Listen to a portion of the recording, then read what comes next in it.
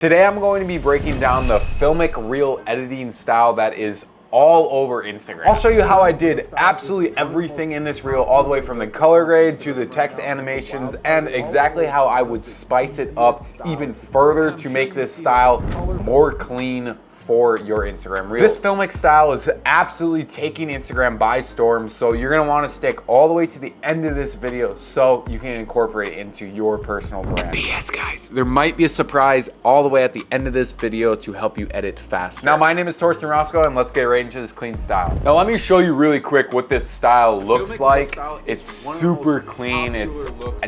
I guarantee you it is the cleanest way to create an aesthetic brand on Instagram. Like, look at this.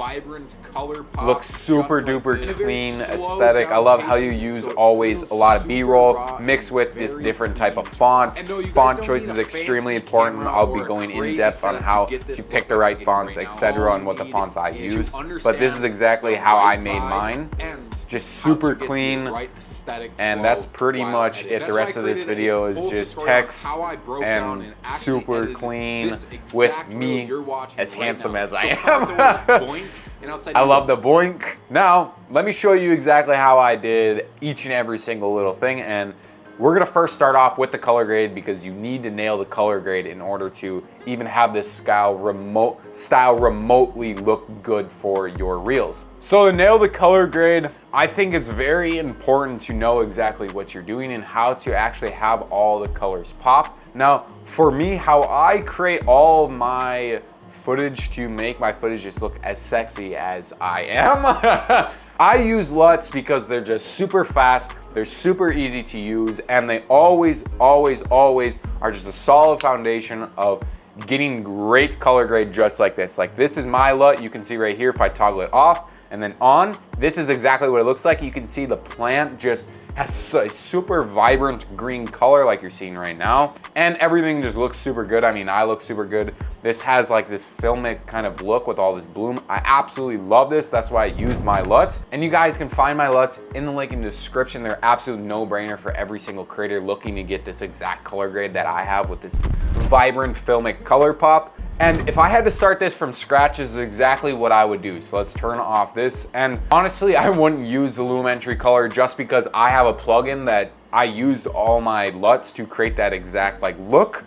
But if I didn't have that, I would just come into here and I always just, when it comes down to color grading, you just want to use your eyes. So just like I'm doing right now, I just want to increase the exposure, make some more contrast. I'm sure when it comes to the color pop, it's not going to do as of a great job just because, I don't know, for some reason Premiere Pro doesn't really do the greatest job when it comes to making everything like color pop and have like, unless I'm just a bad unless I'm just really bad at color grading with Lumetri color. But for me, it never really works. But this is exactly what I would do. I would just mess with everything, and I mean, it's not gonna be nearly as good. I would come in here and mess with the curves here too. I know that if you guys use the wheels and mess with like the midtones, this will look like pretty good and stuff like that. But honestly, I wouldn't use these at all. I would just use my LUT or use my Premiere Pro plugin that I use, which I'll be going in right now. So, plugin called Dehancer. I can just drag and drop that plugin onto here. And then if you look over here, let me blow this up for you guys. You can see right here, this is my Dehancer. You just come in here, and then this is where I would really hone in on what. So I usually start my color grade. I usually start with the expand just to make sure that the blacks are just the way I want them. So whoa. So I would say I want the blacks a little darker. So like that, maybe a little darker. Yeah, that's good. And then the whites, I'm gonna make the whites just a little brighter. So now we can get from that to that just a little bit better. And here is where the color pop really comes in. Now, Dehancer, the reason why I love it so much is because when you come into the film compression, I'm pretty sure, or no, it's the film developer, yeah. It has this little switch where you can enable a color boost, and essentially when you crank this baby, you can see it's kind of like yellow, or not yellow, like really, I would say reddish or orangish. That's completely fine, we'll fix that. But you can see it already made this plant extremely pop.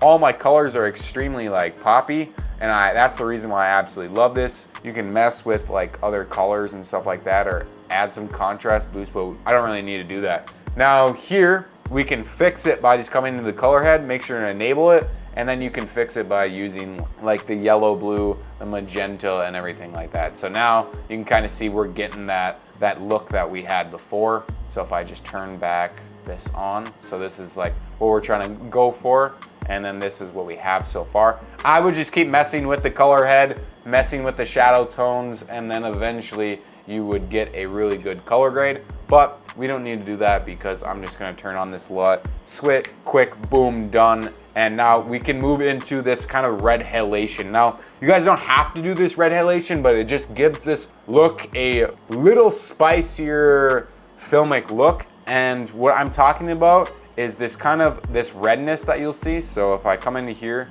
and you can see like right here, there's a little bit of a red here. If I turn it off, you can see there's no red. And now if I turn it on, same with like on my face, you can see when I turn it off, and then on, you can see like grabs right around my jawline. And over here, it also does a really nice job with the plant. Now this looks super good when you have like white text like I show over here.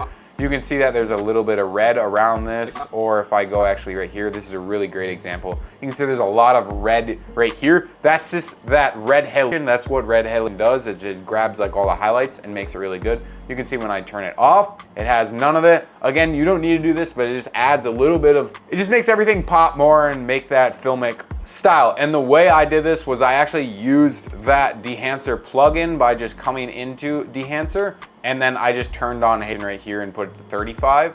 So you can see that if I disable it, it'll go gone in just a few seconds. And then if I enable it, then it's back here. And you guys can even spice it up a little bit further. If you want this bloom that I have, my bloom is actually on my camera. I have a mist filter. That's why mine is just integrated with my footage. But if you don't have that, you can just come into dehancer again and go to the bloom tab and then hit enabled. And then you can see in just a few seconds, everything just look a little brighter. If I put it on mask, you can actually see where it's grabbing. So every part that's kind of highlighted, you can see it's grabbing it. So if I disable it and then enable it, you can see there's just everything looks a little poppier, a little bit better. Actually, I think I'm gonna leave this on. Honestly, I think it looks a lot better. And now let's create this hook. Now, the hook is by far the most important part of your entire reel because this is the first 3 seconds of your reel, and if you don't capture the people's attention in the first 3 seconds, then they're just gonna scroll and scroll and scroll away. That's why I take about 80 to 90% of my time creating a hook exactly like this. And that's why I preach on just font style and all your animations, your zooms, each and every single sound effect needs to be placed properly or at least sound good in order to pull that viewer in. And that's exactly why I created my timelines and hooks pack. It's just a collection of already copy and paste timelines. So pretty much entire videos, I just copy and pasted into here. So the animations and everything are done for you, and exactly with the hook too. I use this pack constantly with the hooks. So you can see right here as I'm going through them, it's just a copy and paste hook. This is actually the exact hook that we used, and that's exactly what I'm gonna show you how to use. But you can see here, this is exactly what they just look like. But for now, I'm just going to copy. So copy and paste all the sound effects are already done for me. The transitions are already here if you want to use them. The zoom and all the text animations, everything is here. All I have to do is just copy, paste, and then I'll go over to my one right here. I'll put this red halation up above. I will just put these now down just like so. And now our hook is absolutely just done for us. I can just double click into here, replace the text. So we're gonna go into this. So this one, we're gonna put Filmic Reel, and then this one's gonna be style. We're gonna replace the style with that exact font. Change that, bring this up just a little bit, just like so. And now, boom, we have this exact same style, slash we get the exact same hook in just a few seconds, just like that. That's why I love this pack. That's where the time saving and everything really comes into. And let's say I didn't even want this one, I can just come into here and I could just grab any of these other ones that are super clean and I absolutely love. Now to make this hook just a little better, because I like to always go an extra mile to make everything just stand out and be more unique, you guys can add a period. Which I did is I added a period like you see right here, and then I highlighted the period, and then I made it this exact yellow. You can copy and paste this yellow, and I did the exact same for the back. And then I also, you can see that there's a little blur here. There's also a little blur from the Filmic. You probably can't really see it that much, but if I turn it off, so if my computer will take a little second. Wow, actually, oh, wrong one. My bad. So you can see now there is no blur, and then just by adding that just a little bit blur, it focused more of your eyesight onto that style, and that's exactly what we're looking for. It just adds a little bit more depth, so it feels more 3D, and that's exactly what we see is 3D 24/7 all the time. And you guys can do this super easy, simple by just searching up Gaussian blur. So I'm actually gonna search up blur because I can't spell Gaussian. Drag and drop this onto your text, and so the back one, and then I just made mine 6.3. Make sure that these are all the same, so the repeated edges is on, and it's horizontal and vertical, and boom, you can get this. You can crank it up a little bit more, just like that, but I don't want to. I just like that little subtleness. And for this style, you can see that there's a kind of really cool like blur on this right side of it. So the way I did that is I, again, grabbed a Gaussian blur, and then I created a mask. So I'll create this mask with you guys super duper quickly. So this is what it looks like, obviously, with just the Gaussian blur. Make sure it's around 20, that's where I like to go. And then click on the little pen. If you just click like this, make like a box, make sure to connect it, and now you kind of get this cool kind of blur effect. But you can see it's super harsh, so to go in even further extra mile is to add a feather. I always do like 110, so now it looks like this. You can mess around by like moving the mask, so if I want it over to my left, I can just do that. That looks pretty clean, but I like it to my right and covering both of these letters, and then just like that, it looks super duper clean. Actually, let's move this just to the left a little bit more. Yeah, that even looks cleaner. Now, your entire hook is done in just a matter of seconds, which is absolutely unbelievable. And this usually would take like over 20, 30 minutes, and we're done in less than like 2 minutes, which is absolutely awesome. Now, the way I did this really cool like text effect that looks like it's literally a part of this table right here is I used a basic 3D.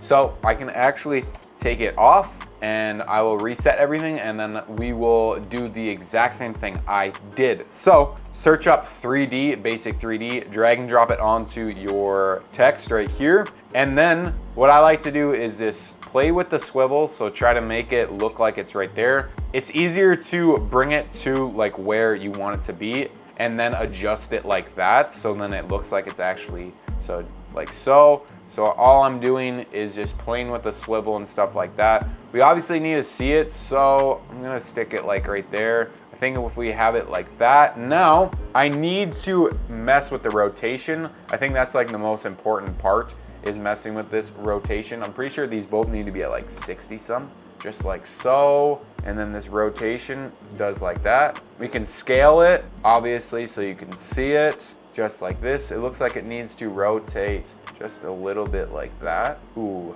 it's looking super good. This is looking super good. It looks like it still needs to come down just like that, maybe. All you have to do is play with your eyesight. Obviously, I'm not gonna get it the exact same that I actually wanted it to be, but it's gonna be pretty damn close, I would say. Scale is actually up. Oh yeah! Make this a little bit like that, and then boom.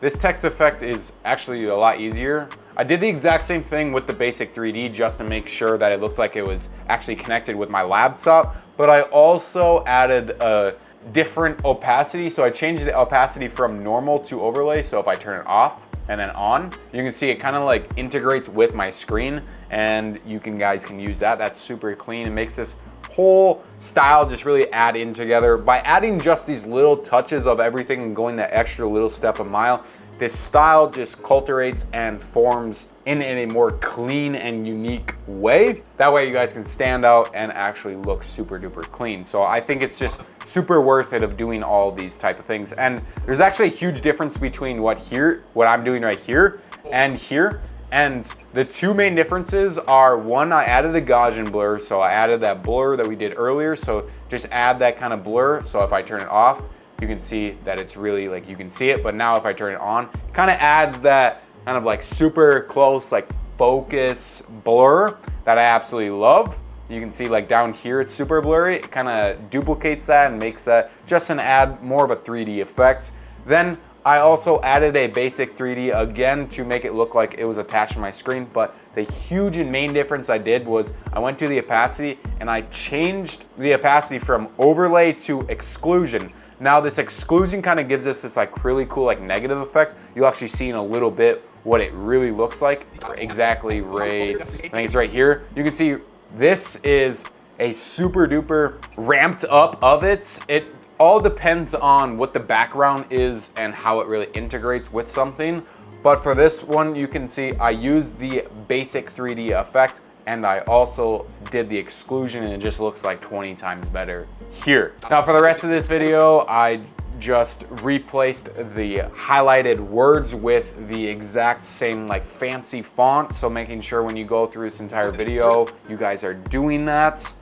Then I put my text behind me, which was super easy for me because I use a plugin, but you guys can just rotoscope it. So once you rotoscope it inside of After Effects, come into Premiere Pro, duplicate your background layer. So for right now, you can see it's in front of me. Now, if I duplicate the background layer, so me, I'll duplicate this. For me, this is how I do it, but you just grab the rotoscope layer, make sure your rotoscope layer is on top of this, and then it should just pop behind you. But I'm going to use the Keeper plugin, which I just drag and drop, and now it's automatically masked behind me.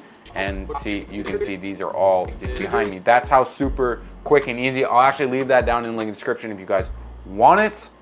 Now I just have right here simple text with, again, changing the highlighted words with the Night Serif for that fancy font. And then finally, for the rest of this video, I just did the exact same thing. I absolutely love this part. These, I actually use my own animation presets, which are super duper easy to use. I'll show you why I love to use them. And all these presets are in my all pack bundle. All you have to do is just highlight the ones you want. So we're going to be animating these right here. I can come over to any of my animations. I'm just going to use my caption presets. I can just strictly just make these all. Let's make this now appear down. So we can make this now appear down. We can have this you need appear up with like a flicker in. And we can have this is to, let's say, I don't know.